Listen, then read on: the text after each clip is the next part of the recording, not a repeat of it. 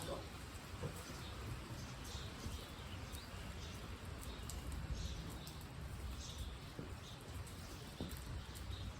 Okay.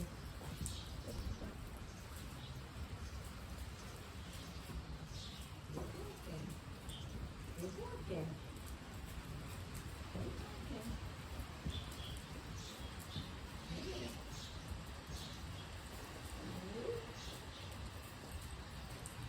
Oh, very good. Very good. Oh, yeah. So even though it's raining and storming outside, I decided that we could practice in this run-in, which is 18 by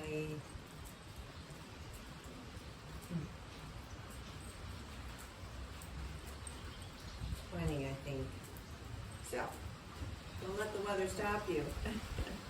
There's always something that we can do to enjoy the horses.